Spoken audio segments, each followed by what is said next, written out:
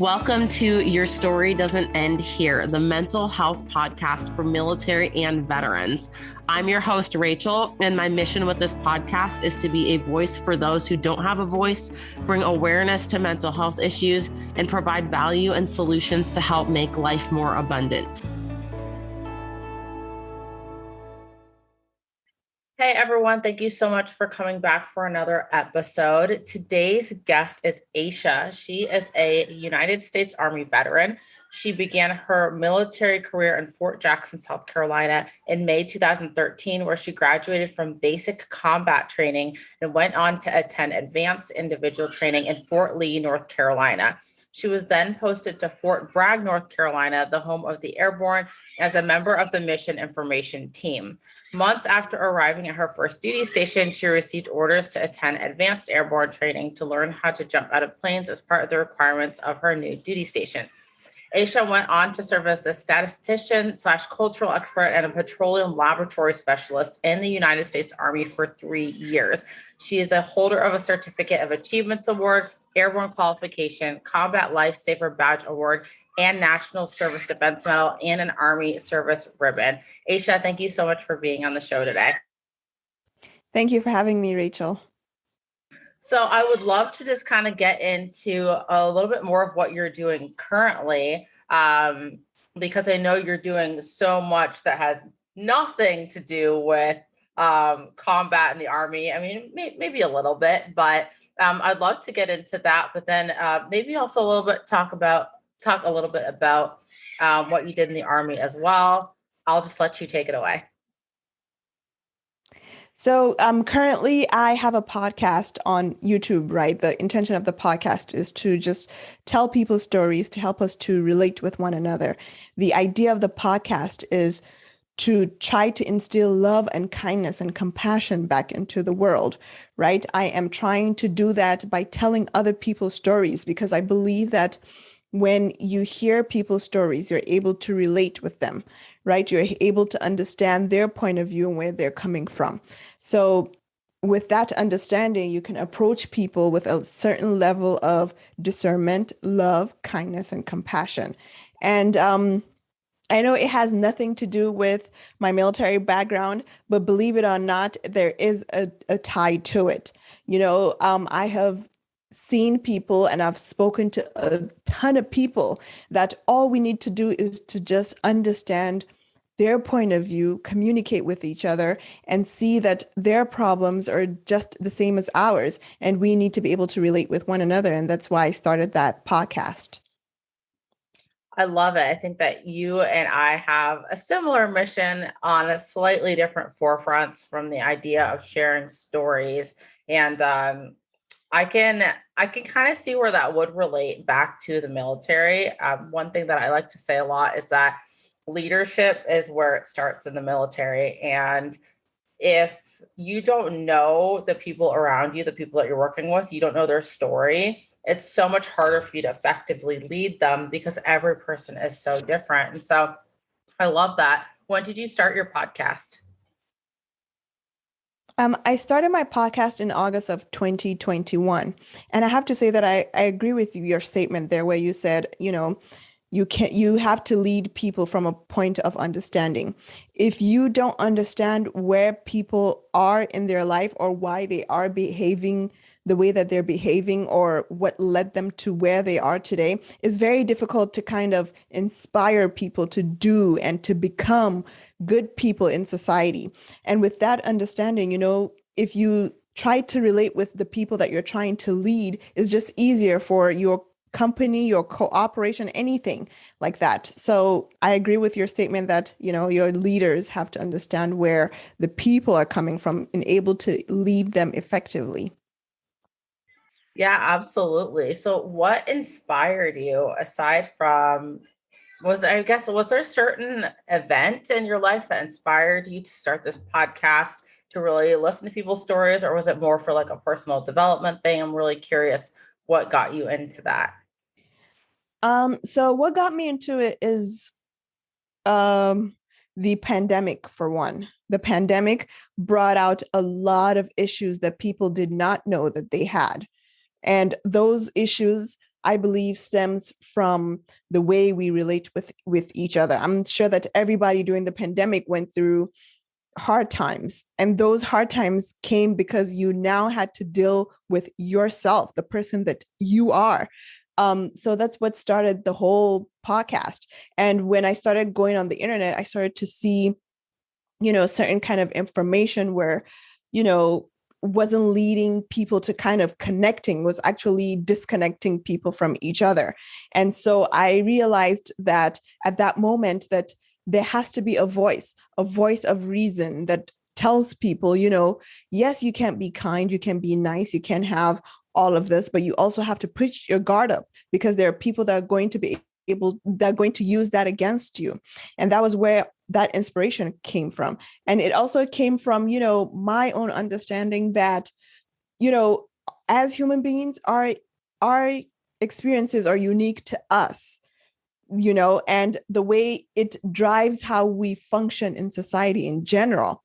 So it's just all of this. And, I have done my own personal development, my own growth in the past, and I identified my own blind spots. And I encourage people on my podcast to do the same, but where do you begin? You begin by hearing information, like going on your podcast, my podcast, and seeing how people are living their lives differently. It's so true. And, you bring up a good point about during the pandemic and how people learn to relate and, talk to each other.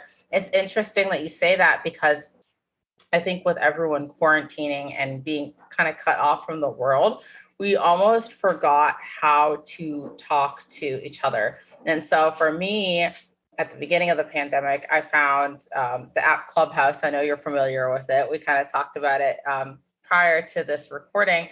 But for me, I loved Clubhouse as a platform, because it was a platform where people could speak to each other and use their words and not just texting out. And you can hear that emotion behind people's voices. And so I absolutely love that. But podcasting too, it's such a phenomenal way to almost teach people again to relate to each other in a way that we've almost forgotten how to do it.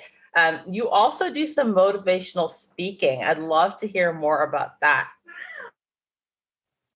So I just started the motivational speaking, and it stems from, my own experience as well. I cannot tell anybody anything that doesn't come from my own experience, because I truly believe that yourself is an education, like your experience is an education. And I speak about courage, I speak about failure. And I started to, I'm writing my speech now about the importance of not assuming things and looking for the facts and stuff. So I was just hit by the bug, I think, in last year. And I enjoy just talking to people. In case you don't know this about me, I love having conversations, and I'm not talking about I'm talking about deep conversations where you actually get to know someone. I don't like conversations that are too shallow. And when I talk to people, I listen, because I want to understand, okay, what's their driving factor? And that's what motivates, my motivational speeches. And I understand that there's a link between everybody you kind of meet, right? And when I tell my stories, or where I can be able to tell my stories, it could be inspiring to someone. For example, I just gave a speech about my failures when I was attending airborne school. And what I realized with my failures is that it's similar to, failures that successful people have. Nobody that's successful has ever done anything one time. They had to at least have failed maybe 3 times, more than 3 times, before they were able to get it. So when I understood that, I looked back at my own experience within the Army, and I just deciphered it, and I just turned it into like a speech. And so I'm giving speeches about courage, which is, as you know, you're military as well, you're a veteran, you understand that courage is knowing that you're afraid, but doing it anyway. How many people are afraid of going into a building that could be rigged with bombs, but they do it anyway, because they understand the value of it, of going in there and disarming that building. So that's just where I come from with my motivational speeches, is that I look at my life and I try to see, okay, what is the underlying factor that other successful people understand? And then I just put it out there for people. So, would you mind sharing with us just a couple of keynote points from that speech on failure? I love the topic of failure, and it's interesting how many people get uncomfortable when you bring up failure. I actually went to a luncheon one time and I asked a lady, what is your greatest failure? And I learned this from John C. Maxwell in one of his books. I can't remember which book it was. He talked about asking people, like high level people, what's your greatest failure? Because we could learn so much in hearing other people's failures and how they handled it. So, if you wouldn't mind, I would love to hear just kind of a couple key things from that speech, just to kind of share some value with the audience. Yeah, definitely. So my key takeaway from failure is that, I have failed a lot of times in my life to the point where I expect myself to fail. So it's numbing as at this point, because I know that I will fail, especially when you're starting something new, you're going to have to fail. But the thing is, you have to be able to be persistent. You have to understand that with every failure, there's going to be breakthrough moments. So you have to persist, you have to resist, and you have to be resilient because everything, regardless of what it is, anything you start afresh, new, you're going to have to fail. And that's what I say in my speeches is you just have to take the courage, take the time, and understand that it is a learning curve. I think Albert Einstein failed like 1,000 times. Now, would I say that you should fail 1,000 times? I'm not there yet because most of my failures are under 1,000. They're probably like 5 times. And then you have that breakthrough.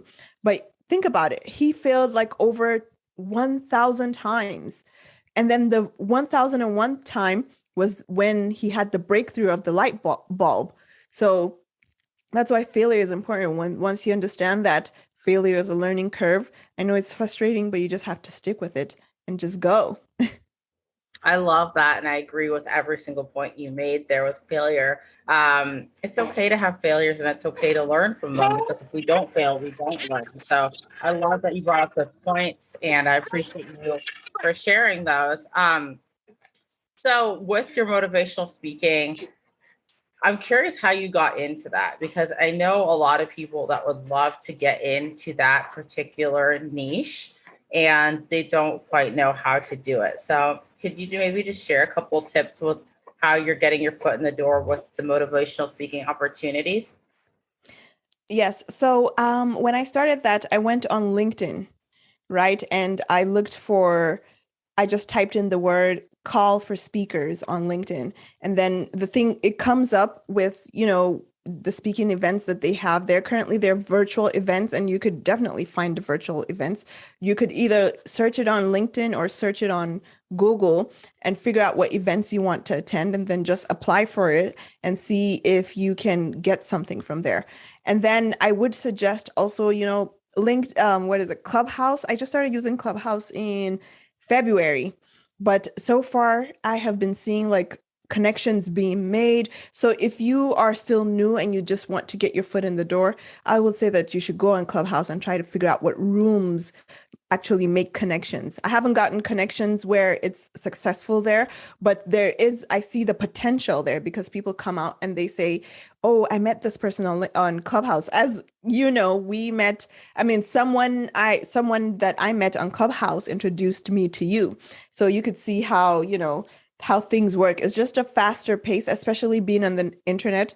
Everything is at a fast pace now. So I would just say, just don't be afraid. Just don't sit back. Just go, go, go, and keep going. There are moments where you feel overwhelmed, or maybe the information doesn't serve you. But just try and meet people. You don't know, maybe the information that doesn't serve you now might serve you later. So that's just my advice, is just Google the words call for speakers on Google or on LinkedIn and find events and apply for them, whether they're virtual or in person. So, what's next for you for the rest of 2022? What are some of your goals? My goals, I'm going to continue to push the boundaries. I'm a little bit tired, but I know that every time you wake up is a new day. It's a brand new day. You just have to get up. But I'm pushing and I'm trying to see what's possible for me. And this is what I tell people all the time on my podcast as well, is that we are all tired, but once if there's air in your lungs, you have to continue to get up. You cannot just lay down. So my goals for this year is to actually continue to speak, continue to do my podcast, because I understand that someone is going to listen and someone is going to get value from what it is that I'm saying. So I'm going to continue to do my podcast, continue to speak in events and attend, podcasts as well. And hopefully maybe down the line, I'll release a book. It's not going to be an autobiography or anything. It's just going to be about things that I've learned over the years, that could possibly help someone. I love it all. I think that you're doing huge things, and I'm super excited to follow your journey and everything that you have going on with your podcast. Are the people that you interview, are they in a specific niche, or do you just interview anyone that has a story that they want to share? I interview anyone that has a story. That is the goal, but as time is going by, I am noticing things that I gravitate to for myself, things that I'm interested in, and I would just focus on things that I'm interested in, because if I just interview everyone that has a story, it's draining. It's draining to try to pull information out of people. So I'm just going to focus on what I'm interested in, which is success. How can people be successful? Personal development, you have to do work on yourself, like self-development, personal development, self-integration, all of those things. So those are the things that I'm interested in. I'm interested in how we as human beings show up in society. This is important because once we understand that each one of us actually adds to the collective of the world, it's important how we show up. And that is what I'm trying to do. And those are the stories I want to tell. Regardless of if you have anxiety, if you suffer from depression, your story is important because there are billions and billions and billions of people on this planet. And I'm sure that you are not the only one with depression. You're not the only one with anxiety. And your story can help someone. The way you break out of it, can help someone. It could be of service. So this is just what I'm trying to do. I'm just trying to add value as much as I can. I don't want people to come into the world with the hurt that they haven't dealt with. Heal yourself and come and show up so we can support each other. So that's just the intention. I also love personal development. I deep dove into it starting in 2020, and it's just been such a beautiful journey so far. I'm curious to hear, what are some of your favorite sources of personal development, whether it be from YouTube, a podcast, or books? Okay, so I tell this story. I tell this to everyone that I meet, even the guys. And I give the book to everyone. There's this book that's called The Princess That Believed in Fairy Tale. That book changed my whole perception of life. It's similar to Alice in Wonderland, but the reason I tell it is because it's about imagination. It's about your mind, right? So the writer of the book, she's actually is it relational behavioral therapist that wrote the book, but she wrote it in an imaginative way so your mind can be able to escape what you're going through, right? I would suggest that people pick up that book. It's revolutionary for me, at least, because it took my mind to places where I couldn't believe it could go. And once you understand that, and with that, she also added her therapy in there, because you imagine yourself out of it. I think the reason I gravitated to the book is because I have like an imaginative mind. My mind needs to be able to imagine things and escape from the life, right? And how do you do that constructively? You do it by thinking of things that are positive, thinking of things that elevate you. So that's why I gravitated to the book. I'm sure that there are, maybe podcasts. I haven't looked that much into personal development podcasts, but I'm sure that they're out there. Just find YouTube is a good resource. There are a lot of tools out there, but that one book changed my life. And if you could pick it up, read it.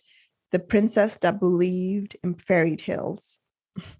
That is the first time I've ever heard of that book. And so I'm definitely going to check it out myself because I think most people, when you ask them about books, they tell you like your John C. Maxwell's, they talk to you about your T. Harv Eker, like your the cookie cutter personal development that everyone reads. And they're phenomenal books out there. I think the classics are good ones to read, but that one I've never heard of. And so I appreciate you sharing.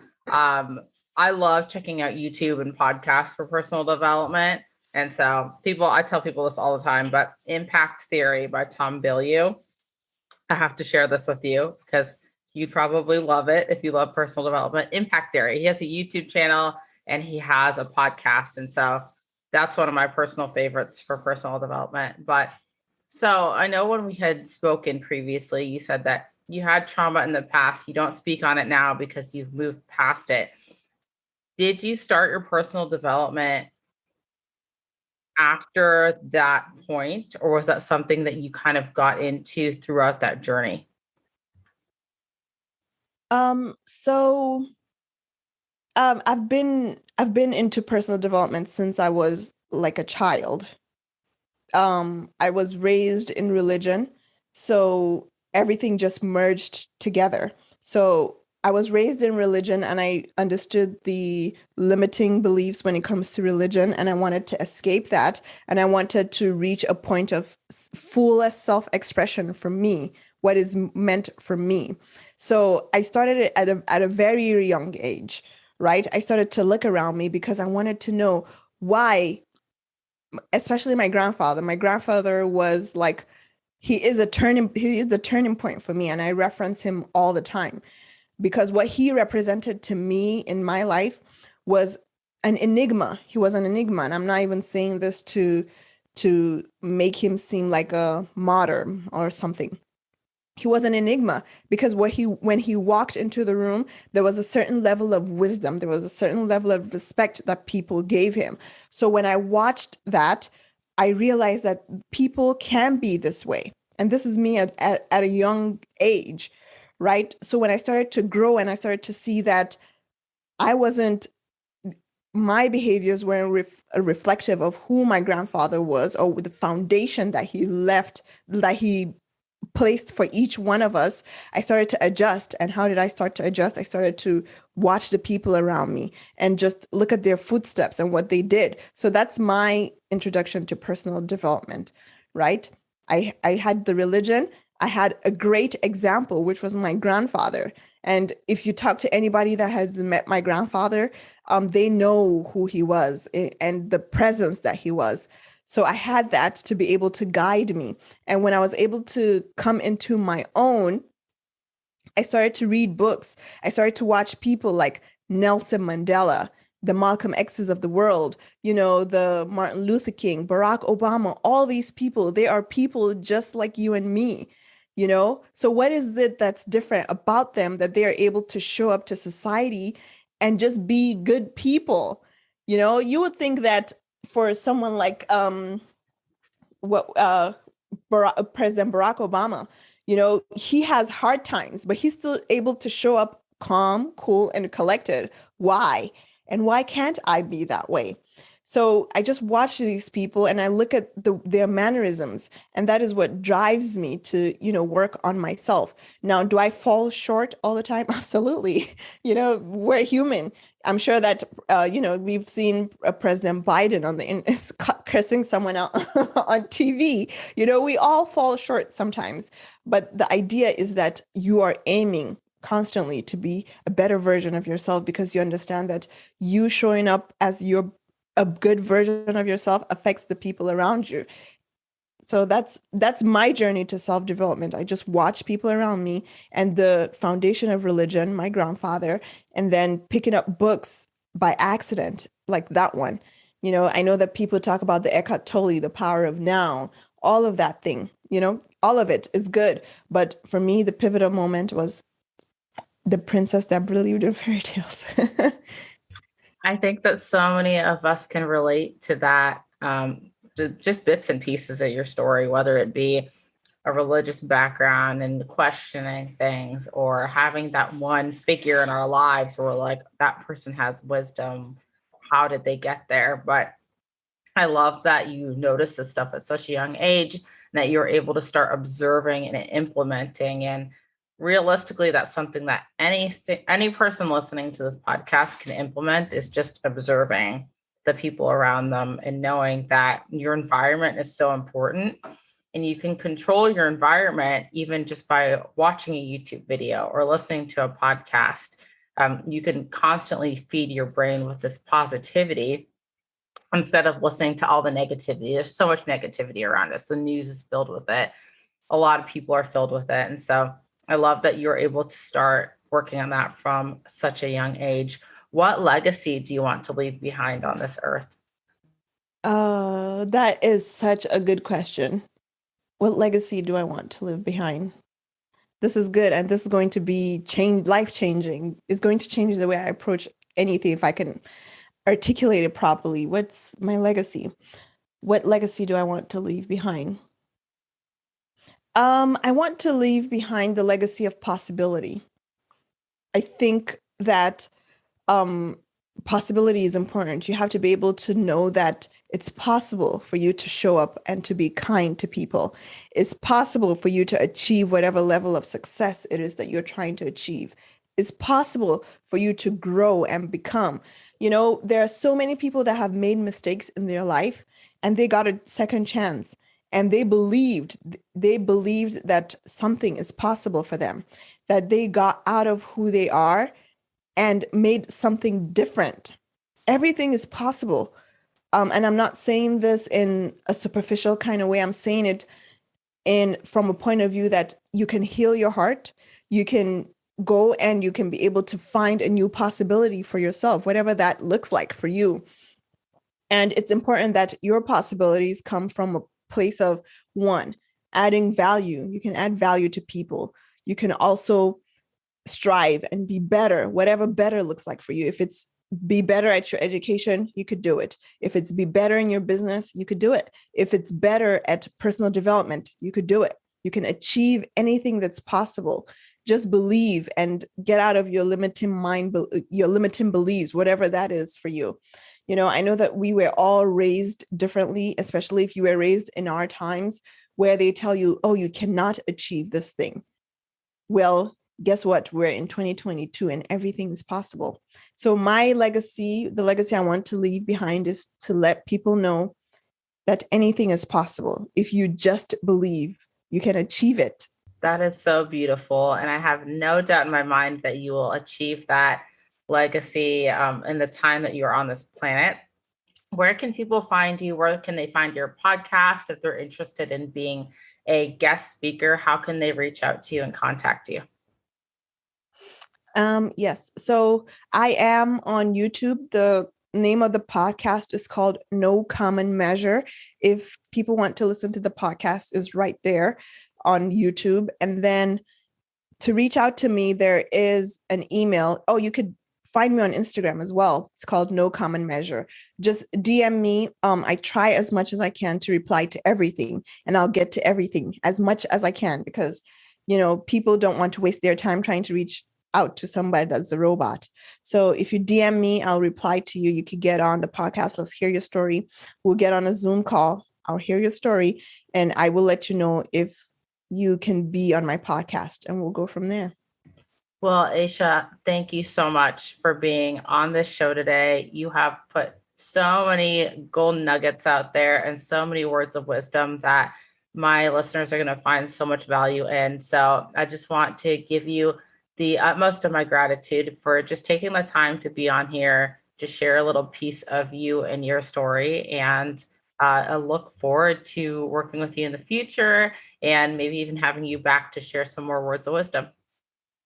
Thank you so much, Rachel. I admire you as well. You are working, you're having to take care of your kids. This is something that's very inspiring. We all have to get up and do it. I know that you have days where you are struggling, but you're here. So I commend you for that. And I admire you, and I'll continue to follow you and your journey. So just let me know if there are ways for me to support you, and I'll be right here. Thank you so much for taking the time to listen in today. Each week, I'll be bringing you value in the mental health space and its direct impact on service members and veterans. If you feel you personally got value today from this episode, it would mean the world to me if you would leave a 5-star rating and review and share this to your audience. Until next time, remember, your story matters, your mental health matters, and your story doesn't end here.